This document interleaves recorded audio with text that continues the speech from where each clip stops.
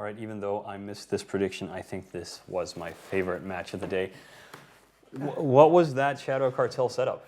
Throw subtlety out the window and just punch him as hard as you can. That was the manliest setup we have ever seen in the Alliance tournament. They literally, I don't think they had any tank. They definitely didn't have any active tank. They didn't have any logistics. Yeah. I don't think they had any plates even on those Taluses, considering how fast they went down. That was a damage control tank team. Yeah. They hull tanked to victory in an Alliance tournament match. Every single one of the Shadow Cartel pilots just spontaneously grew a beard. That's how manly it was. Beards and gigantic genitals. Yes, yes. They don't need chairs behind their computers anymore. They just sit directly on their balls and proceed to own. I was excited because I like MR ships. And I saw Punishers. Paladins were cool, and Punishers are awesome. That was actually, I like the setup. I was like, this was a good setup. And then there was just like... No. Everything. Blasters. They took, 4/10 of the time? They took 4 minutes to wipe out the entire team. 4 minutes. That's fairly impressive. All right, so that was... and I also, of course, swapped to Suddenly Spaceships, which was a mistake, although I will say that they had a pretty cool setup, but Shadow Cartel were just fairly impressive. That also seals that group. Let's just get a quick... look back. Well, that's the end of the group for today. Yes, the losing teams still have quite a good chance of coming back. Yes, of course, each team has 3 matches. So if you've lost one, well, you can still win the remaining 2 and very likely go on to the next stage. Shadow Cartel, Gypsy Band in a really good position. Suddenly Spaceship and Percussive Pizza Time Diplomacy will need to kind of change it up to continue. And now we have what might be the toughest group of all of them. I kind of think Group D is tougher. Group D is... The Fearless... Goonswarm. Fearless Test. Yeah. Or no. Fearless Vertical Collapse. And Capital Punishment. Although Vertical Collapse don't really care about the tournament. No, but Capital Punishment has been good. Fearless has been good. Goons might get good again. We'll see. And then we have Rote Kapelle versus Red versus Blue. And I underestimated Red versus Blue. I thought that this wouldn't be their format. I thought they were just kind of a little bit for a fun alliance. But boy, was I wrong. What I learned is apparently ECM is banned in Red vs. Blue. You don't even get the ECM, which is such a major part of the tournament that I thought they might struggle dealing with it, but they haven't. They've been doing excellent so far. Yeah. They do use it for purpose. I know it's odd, isn't it? So if somebody war decks both, then they'll pull out all the ECM. So they do use it for that. Okay. You know more than I do. I know in Goonswarm, we encourage ECM. All of our newbies were like, Blackbirds. The first thing you should fly is a Blackbird. And just jam people and make them angry behind their keyboards. So, quite the opposite. Make them angry. ECM is one of my favorite mechanics in this game, even as it's so frustrating for everyone involved. That's the best part. Back before the range of Falcons was nerfed, I used to sit at low sec gates, just wait for another 2 groups to fight, no connection to me, and then decloak and jam random people. Oh, it's so good. That reminds me, apparently some guy has been following Kill2. Kill2's been streaming himself. Yes. Some guy's been following Kill2 around whenever he streams himself in a Griffin and just jamming him every time he gets in a fight. Isn't that wonderful? That's on that subject of annoying Kill2, if you want to be really nice to Kill2, you should go watch his stream on Own TV. He says that he's virtually streaming every night. I think he had 1,000 viewers after. Not so much probably while he's here. Not while he's here, yes. But once he gets home again, like next week. Yes, in about 10 days he'll be back streaming, and you should watch him on Own TV. Let's hope there's more people streaming. I think it's kind of cool following him. There's been a huge explosion of people streaming all of a sudden, which is great. We're going to be having CCP Bro come on and talk about it, I think, on the last day, and that's going to be cool. So if you are interested in learning how to stream, CCP Bro is going to come talk about it in the tournament in the last weekend. He also has a post he's going to be putting up, like a dev blog, I think. Yeah. EVE is such a hard game to figure out, and it's got such a steep learning curve for newbies. I think streaming is a great way that you can kind of see how it's done, see how the PvP thing works. Even if you watch someone's YouTube videos, I mean, those are essentially just highlight reels. You only see their cool explosions. You don't get to see him screw up over and over again. And what's great about Kill2 is he screws up a whole lot, so we get to watch him live. Yeah, there's just a lot of interaction. Like a lot of the devs have their Twitters. Sriegs, Big Dub has his DJ session for dubstep. Kill2 has his stream, and it's just a lot of ways to get in touch. One important tip about streaming for EVE though: don't stream yourself botting. That's true. We did. I heard a great story about that. We did have a guy stream himself botting out and owned, and it was a little bit embarrassing. And also because he didn't, at one point he pulls up the bot and switches it off. Like that would help. You'll never know.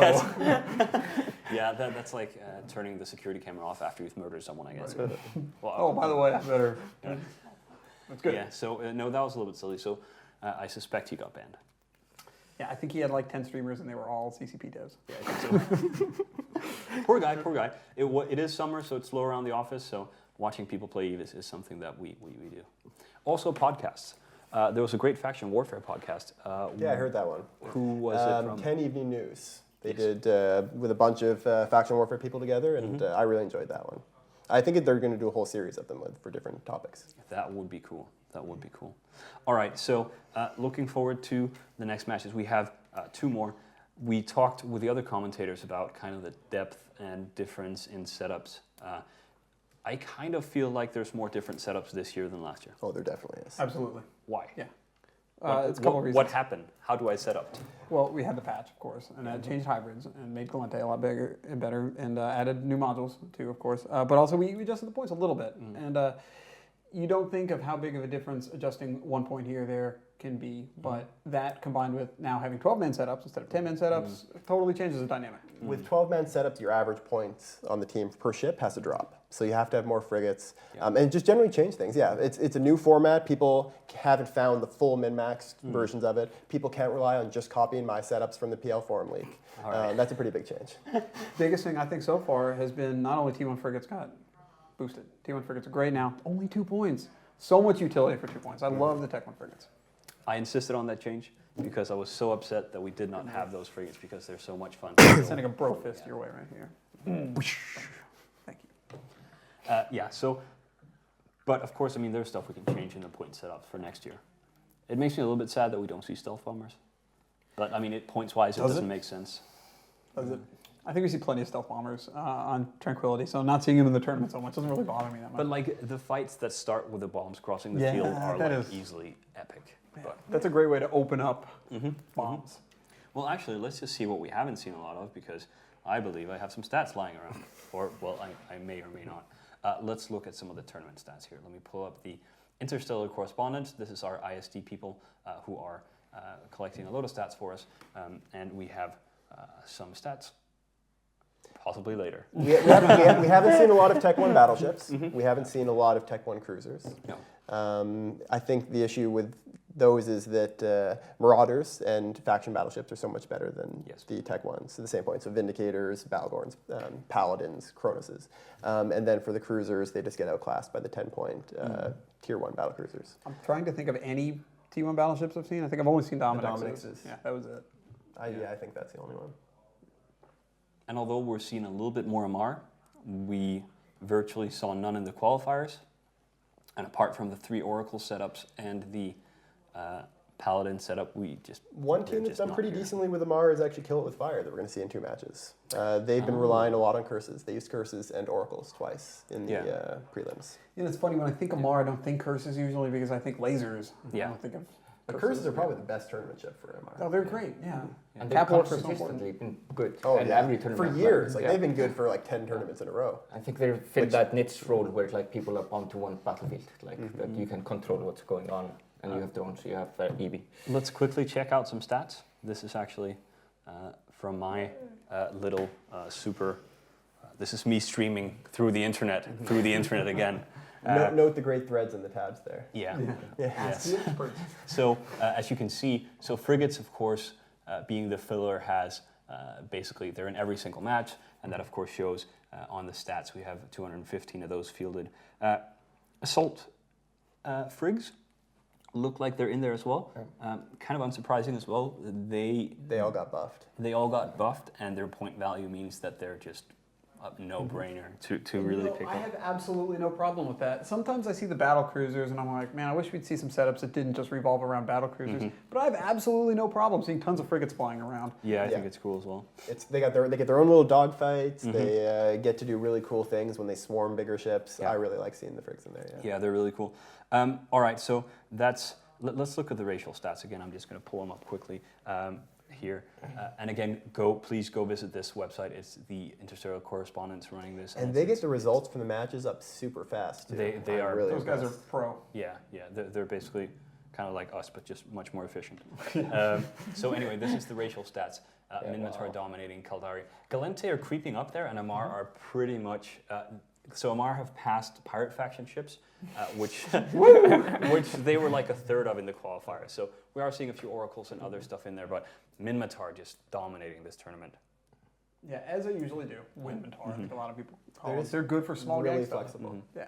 When you see the like large fleet combat in Island Tranquility, you see like lots of Drakes, lots of Kaldari. Amar is really common. Minmatar, well, I mean, you got Maelstrom. No one fleets. uses Maelstroms. Okay, other Maelstroms. You still see a lot of non-Minmatar stuff. They're not the only thing. No. But they are in the tournament. Yeah, speed is so important, like a close battlefield. So like Minmatar just come on top. Yep, Like I think given the size of the arena, they're really, really good. And we were talking about that. I mean, what do you guys think about the size of the arena? It's interesting, like, if you were to shrink it in, you'd see more Amar setups. You'd see Galente get even better. But expanding it out would help allow those kite teams a little bit more room to work with. Right now, we haven't seen the kite teams be as good as they were last year, because 12 ships, it's just getting more and more crowded. I know last year I was complaining about the size of the arena. I was like, oh, I wish it was smaller. I'm tired of watching kite teams all over the place. I like to see people in each other's faces. But it hasn't been as big of an issue this year. I think that's because of the frigates. Yeah. Frigates Do all you over guys the want to place. explain quickly the arena setup? All right, so when you get brought into the arena by the GMs, they give you the option of which of these beacons to choose, A through D. And then you warp into the arena at either anywhere between 0 and 50. So it's possible to end up at opposite beacons from the other team and be at the maximum range. It's also possible to have up to a 90 or as small as a 90-degree angle, which reduces the range if you're out further back. I think in general, the teams that have been doing the best have been warping in a bit further than 0. They've been warping, getting some distance out. Using the arena to their advantage. Yeah. Hanging out on the edge of glory. I think we have seen a couple excellent maneuvers by people where they would stay right there at the edge and let other teams just overshoot them and get blown up by streaks as they exited the arena. And I think if you're a good enough pilot to multitask and do that, that's a really effective strategy to kill ships when you don't have the DPS to kill them otherwise. Also, CCP Shrieks, of course, when he kills things, it's the highlight of his day. Yeah. He loves blowing. And then he starts fist pumping right before he plays a little Yes. more dubstep. Yes. All right, so next match, Rode Kapelle, red versus blue. Who's going to win? Sastro? Tough one, but I'm going to go with red versus blue. I'm going to once again go with my heart. I think Rote's going to win, but I'm going to choose red versus blue based on pure chutzpah. Yeah. I like both teams, so amazing thing is going to happen. They're going to have a draw. We're going to have a draw. The first draw. A draw is a loss for both teams, though. So that's what you say if you hate But both I'm teams. saying, like, the quality of win in both teams is equally as good. They should kill all of each other's ships at exactly the same Yep. time. It's It going to should be be two two alpha bombing, teams. like battlecruisers that die together. I'm going to go with Rode Kapelle, and I believe that RVB have one ship disconnected. Oh. But let's see. We're all gonna be